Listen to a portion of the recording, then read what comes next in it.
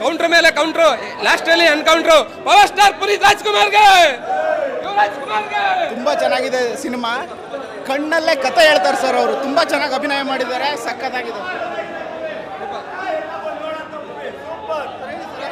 ತುಂಬ ಚೆನ್ನಾಗಿದೆ ಸರ್, ತುಂಬ ಚೆನ್ನಾಗಿದೆ.